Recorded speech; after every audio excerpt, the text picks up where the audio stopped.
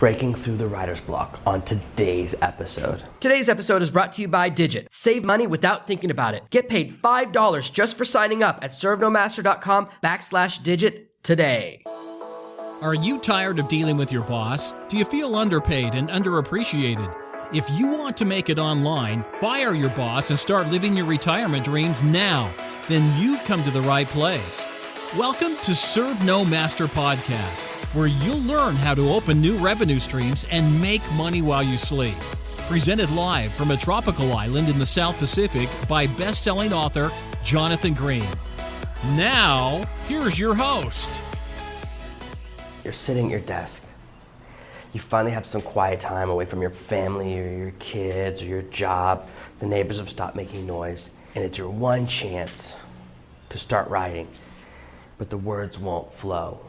It's one of the worst feelings in the world. For me, one of the challenges that I've been dealing with lately, and it's really affected this podcast, is, you know, if you follow my emails, we've had a lot of medical problems in the family. I've had to travel and help take care of my wife and my kids, and all of these things have happened, and the podcast is the first thing that's fallen off. I've still been recording episodes, actually, so I'm not as far behind in the recordings. But the challenge for me is finding a time where it's quiet enough to record. I live on Paradise Beach, and yet there's pretty much construction 24/7. Last night, after I went to bed, I woke up a few hours later, walked outside, there were still 20 guys doing construction next door with a giant cement mixer. And here, for some reason, they love the circular saw. So there's a circular saw running around 22 hours a day. The only time that I can record where there's not a saw running near me is at 5 in the morning. But over the past few weeks, because of what's going on, my wife has started putting our son to bed earlier. He's just a little over a year old. He normally wakes up at 6 a.m., but lately he's been waking up at 4:30 or 5 a.m., and that's my recording window. And so getting a precious opportunity to record was becoming rarer and rarer. Finally, last night, I made him watch a movie with me. It's a little before 5. I'm about 20 minutes early recording today. I'm hoping to record 2 or 3 episodes to kind of catch up. But this means there's all the more pressure on these few moments where I get a bit of quiet. Because in addition to everything else, half the time when I come outside, it's pouring rain. I record these episodes on my porch. But if it's raining, the rain is so loud on the tin roofs near me in a real storm, and you've heard it in a few past episodes, that I can't record anything. If it's a full-on storm before I start recording, I can't do a full episode in the rain. It's too much. So all of these logistical challenges have kind of really made this time valuable and precious, and it's increased the pressure. I mean, there have been a few mornings where I've woken up and there's a message, a work emergency or something else that distracts me, or I can't think of what I want to do an episode about. I have about 50 ideas written down.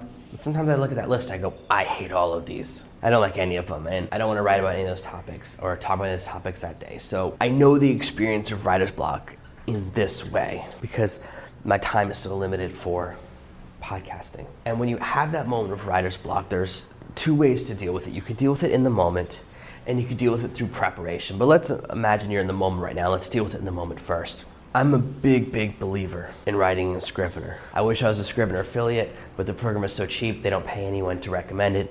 I've probably convinced hundreds of people to buy the software. I would say I use it not 7 days a week, but very close to that. Out of the entire year, of the 365 days a year, I use it more than 320 for sure. Just occasionally there are days where I'm not doing any writing, or I take the occasional day off, but otherwise I would say I use it every day of my life. I used Scrivener yesterday. I worked on multiple different projects with Scrivener yesterday. I love it because it divides up my documents into small sections. So when you get stuck in section 5, when you're writing in Word or a traditional word processor and it's just a flow, well, there's nothing you can do. You have this just empty space in front of you. Otherwise, you just have to write skip section and then start the next section below it, and it looks unwieldy and it feels uncomfortable, it feels unnatural. Both Scrivener, and there's plenty of other writing doc programs that do the same thing. This just happens to be the one that I was trained on, happens to be the one that I use. Other people swear by other software. You can just jump to the next section, it's not a big deal. You can write out of order all the time and it becomes natural. And in fact, I was writing the outline of a book yesterday, and I had an idea when I was writing like chapter 7, and I thought, oh, I should skip this to earlier. See, because of my eyes, I now outline my books in a handwritten notebook.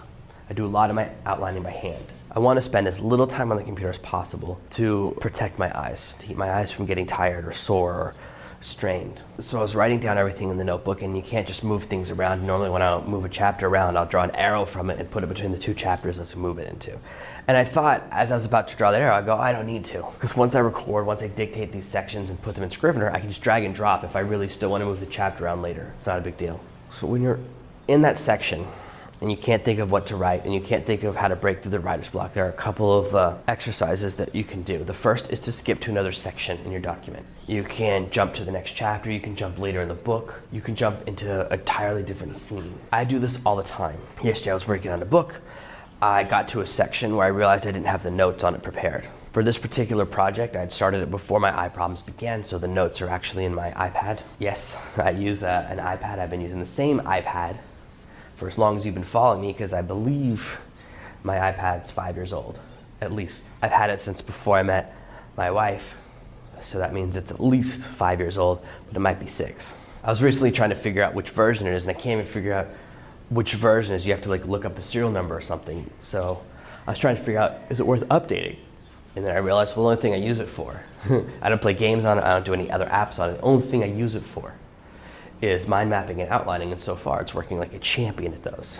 It works great with the new iPad version of Scrivener. That's all I need.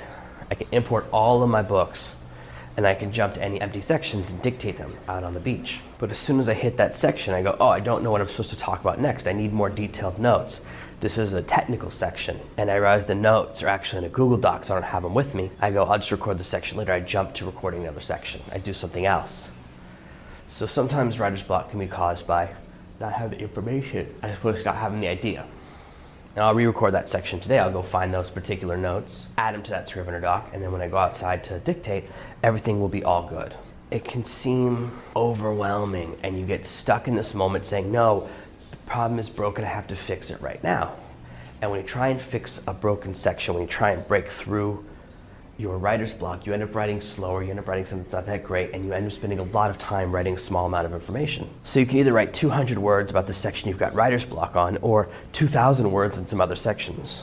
So the first thing I recommend is jumping to another section. The second thing you can do is to block out what you want to cover in the section. So sometimes I'll just write 3 or 4 bullet points, and then I'll move on.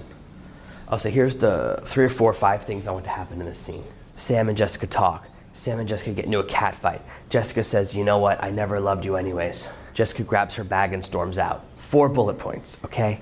We cover the movement of the scene. You could almost think of it in the way that they write scripts. I listen to actually a lot of script writing podcasts because they approach scenes differently.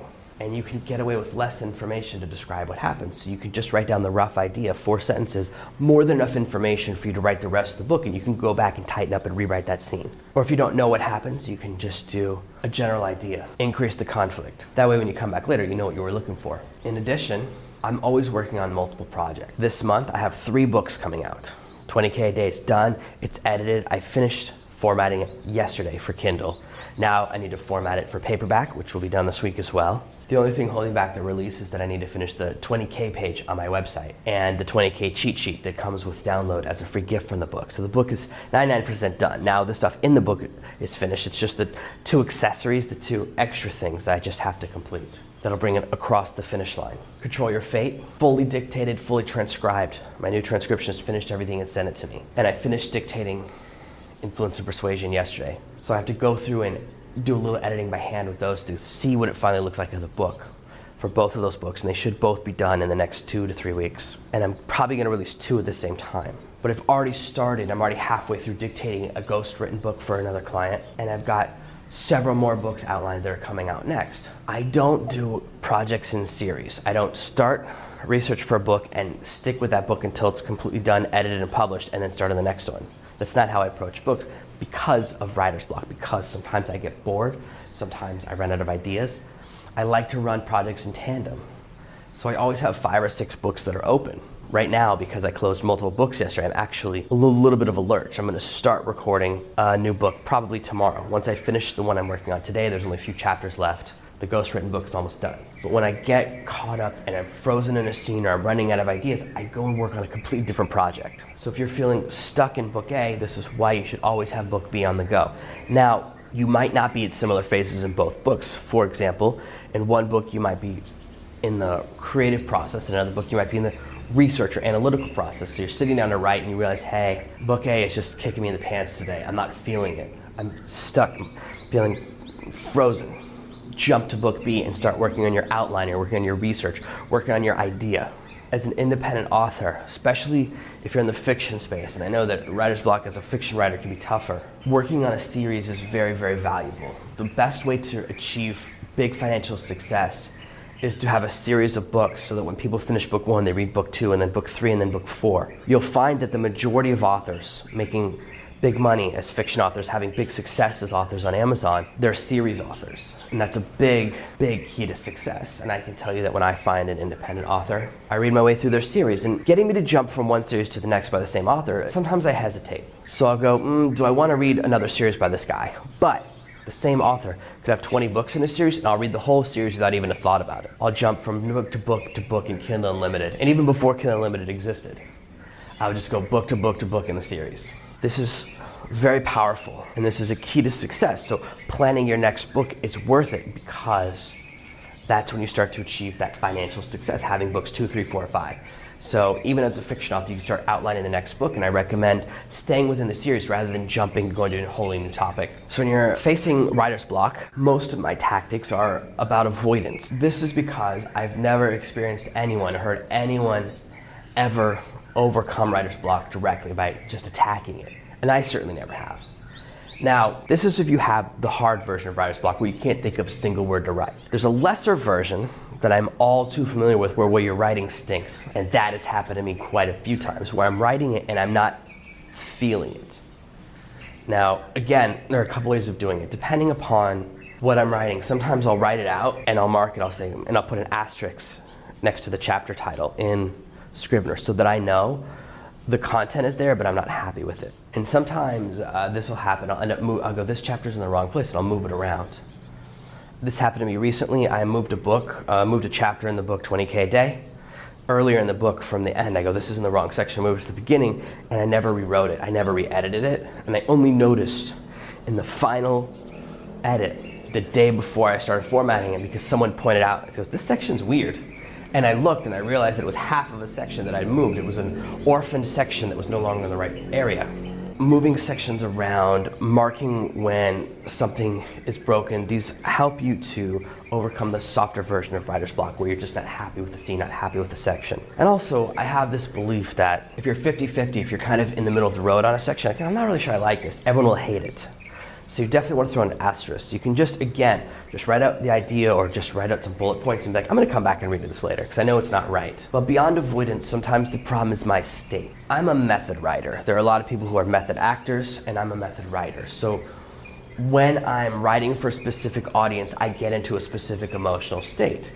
If you happen to read my book, Girl Gets Ring, the book is very emotional, and I got into a deep emotional state. I was only watching Lifetime movies and listening to love song music and sad music at the time that I wrote that book. I wrote that book over the course of a week, and at the time, whenever people would talk to me, I would snap at them and be very emotional and be almost overly emotional, but this is how I would write in a way that my female audience responded to. And it obviously worked because the book's been the most successful book I've ever worked on. I knew that my audience, a female audience, in reading a book about relationships doesn't want a series of steps, doesn't want an analytical or objective story. They want an emotional journey they can follow with. Men think about relationships often in a more analytical way, or a more, I don't want to quite say scientific, but more step A to step B to step C. Whereas women, especially in relationships, the journey is very important. And understanding my audience, understanding the language they speak, I modified my language, and I had to get into that emotional state. And of course, it was very difficult for me to get out of it, but whenever I've worked on follow-up projects, that's what I do.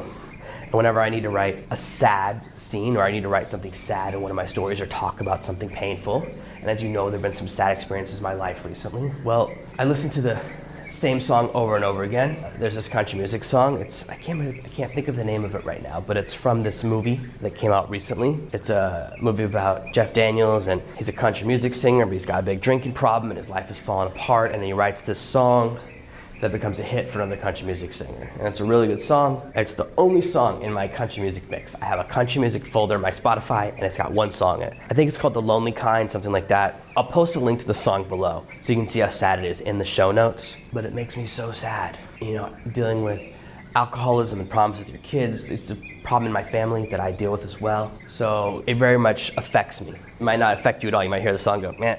And that's the point. You find this song that makes you sad. I recommend beginning to build out, whether using iTunes or Spotify, or even if you have a classic Zune, playlists based on emotion. Say, these songs make me sad. I have a friend who died when I was young. He died at 17 in a car accident. And I have a very specific song that I play to remember him.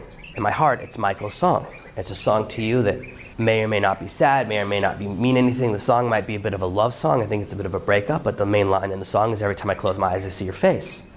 And so when I listen to that song and close my eyes, and I can see Michael's face. Now, Michael's been gone for 20 years now, and I try to remember him every day, because as long as I can remember him, then a part of him is still alive. In the same way that I hope that these podcasts and my blog and my experiences with my children and my books will help me achieve a similar form of immortality through memory.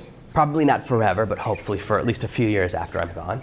So I have songs that can bring out that emotion in me. When I'm writing a song about, or section about grief, then I listen to that. So sometimes our problem is not that we can't come up with the words. Our problem is that we can't get into the correct emotional state. And as a method writer, I do that. And sometimes I need happy music, and sometimes I need funny music. And so I use music as a tool. I'm a big fan of Bob Ross. I know that some people don't take him serious as a painter, but I actually think that he was a genius who found a way to bring painting as an art form, as the act of painting, as a craft, to the masses. In the same way that most writers hated Hemingway for writing books that regular people could read, Bob Ross made paintings that regular people thought, oh, that's all right, I could do that if I followed along.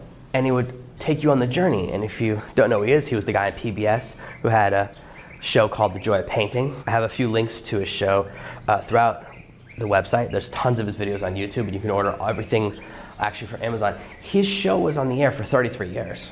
That's why everyone knows who he is. Everyone my age and older probably knows who he is. How many TV shows last that long? Besides Mr. Rogers, not many. So maybe it's just the fact that PBS shows last forever. But he would be painting, and he would say, oh, this is a happy cloud, and these are some secretive trees. So he would add emotion and adjectives to each thing he was drawing. And in the same way he would pull colors from his palette, and they would speak to him. I use music in the same way I pull music from my palette to put me in the correct emotional state to help me paint my picture. Now, I don't do this with every single word I write. I don't always rely on music to create scenes. Many of the sections I'm writing are just stories to me, or they're just part of my life, where I'm just teaching something. Talking about how I write faster doesn't require me to get into an emotional state. So I don't use this all the time, but whenever I hit writer's block or I'm feeling stuck in a scene, it's one of the best things I can do. I've used this tool for 7 or 8 years, and it's been very effective for me. Additionally, there are some exercises you can do to get warmed up. If writer's block, it's not based on the scene, it's not based on the emotion of the scene, it's not hard writer's block we can't think of to write, but it's more of time-based. You're sitting down, and because it's your one chance to write, you're kind of frozen. Oh, I gotta be effective. And so the moment is freezing you. I have another strategy for you. What you can do, and this is a technique that requires a pen and a notebook, and you write by hand. And as you know, I have 3 notebooks. I'm actually thinking of bringing a 4th into the mix. I'm doing so much writing by hand that I separate different notebooks. I have a notebook just for podcast stuff. I have a notebook for book outlines now. And I have another notebook where I just kind of write ideas. And mostly that notebook's almost totally filled up. So I mostly keep that around because it has the titles of a bunch of book ideas that I thought about doing still in it. So that notebook's almost dead. And I'm gonna bring in a new one. And I may even bring in an eye notebook as I'm doing more eye exercises to work on when I'm away from the computer. But having more and more notebooks, I'm a big believer in. It's funny that as you become more and more technological, we begin to rely more and more on classic tools. And there are some cool, fancy notebooks out there. There's a notebook out there now that you can write in. And everything you write in, it appears in your computer. And then you can microwave it and use it again. You can use this notebook 5 times. That's kind of cool. I don't own a microwave, so I'm really limited. I thought it was kind of interesting, but then you only get to do it 5 times. I'd rather have something that's like unlimited, then it'd be amazing. But probably 5 times is a lot anyways. 5 times is probably enough for me, because that means it would last about 1 year to 2 years. But sit down with your notebook, put pen to paper, and then your job is to close your eyes and just write whatever comes into mind. Forget your project, forget the scene you're supposed to write about. Just write. Set a timer. If you do 5 minutes, great. If you can only do 30 seconds, that's acceptable. And just write. Don't worry about spelling, punctuation. You can't. You're writing by hand. What you're doing is unlocking your creative part of your mind. When your eyes are closed and your hand is just writing, and it doesn't matter what you write, you remove all of the pressure. See, when it doesn't matter what you write, you remove the pressure from your mind. Your hand can just write whatever comes into it. When you cover your eyes, you remove the second pressure of checking for mistakes or analyzing. Look, you're gonna fall off the line. The writing's gonna look ridiculous. Some of your spelling's gonna be wrong, punctuation's gonna be in the wrong place. But because you can't see it, it doesn't matter. And it doesn't matter because that's not why we're writing. We're not writing for perfect punctuation. I don't use punctuation, grammar, or spelling at all in my initial writing. Total waste of time. I'm in a creative space. I'm in the zone. I'm in the flow. I don't want things that slow me down. I don't have spell check activated on any of my programs. I don't have grammar check activated. If I want to do a grammar check, I have to open up a separate piece of software and copy my work into it. It's the only way to do it. Writing in this way, with your eyes closed by hand, it will just release a bit of your creativity, and it can break that stopper. It can break through that writer's block in an unexpected way. So whatever's distracting you, it's no longer distracting you. Sometimes it's just, I just need to get writing. I just need to get warmed up. Sometimes when I'm writing, I don't like what I'm working on. And so I just need to get that last block out of the way. I just need to get started. I just need to get a few words out of me. Now this happens to me more when I'm writing by hand than when I'm dictating. Usually when I'm dictating, I don't have a problem in the same way. With dictating, once I go through my ritual and I'm sitting out on the dock and I've gone through the steps of my process and I'm out there, then it's really just talking, so it's not as much of a barrier for me. But when I'm writing, especially when I'm working on a book I'm not that excited about or I haven't outlined in enough detail, that's when these things start to happen. So to prevent writer's block as a whole, I want to circle back to that core idea. Writer's block occurs when we haven't prepared enough. A hard writer's block, where you can't think of anything, that's a sign that you didn't outline or research or prepare enough. If you have soft writer's block, you just can't come up with the right words, well, that's the emotional stuff will help you get over, and the activities will help you get in the right zone. But if you're sitting there and you're going, I don't even know what I'm supposed to write in this section, well, that's a problem. I don't know what to write, or I don't know what I'm supposed to write next, is a sign. See, the book I'm ghostwriting right now, I ran into that a little bit. Because of lack of preparation, I couldn't work on a section, and part of it is that I was originally writing it on the computer, and I had one set of notes here, and I had the scrivener over there, and I had some recordings from the person I'm working with on another screen. But because I had to change and I have to dictate the book, because of problems with my eyes, because of my inability to spend as much time with the computer as I used to, it's led to a series of little problems. You know, it's kind of built into something. It's not a huge problem. I'm going to open up the 2 note files and copy the notes into the scrivener this morning, and then the problem is gone. The lack of research leads to writer's block. You should spend more time researching than you do writing. For every minute writing, you should spend 9 minutes researching. My books, research is everything. I have an assistant who works for me. All she does is research. I send her videos, books, training courses, and she sends me back notes on them. I don't have time to research everything in the world that I want to. I wish I did. Sometimes I'll send her a 30 or 40 hour video training course and she sends me back a couple of PDFs of notes. That helps me to gather that information, kind of find the best nuggets of wisdom. For example, if someone puts out a course about putting out books on Amazon, I'll have her take notes on everything. I say, really, only take notes on stuff that I've never heard before. So anything about different ways of getting reviews, that's the most important thing to me, finding new ways of getting reviews. That's when I bring her into the picture. And that's, for me, that's where the gold is. If she could find something there, that little nugget that I haven't heard anywhere else, then I add it to my own repertoire and I test it, and if it works, then I begin to share it with my audience. They don't always work. Most of the time they don't, but sometimes it's a cool idea. A lot of times it's an idea I've heard before but tried or didn't try. So I'm always looking for that specific nugget of wisdom though in the content.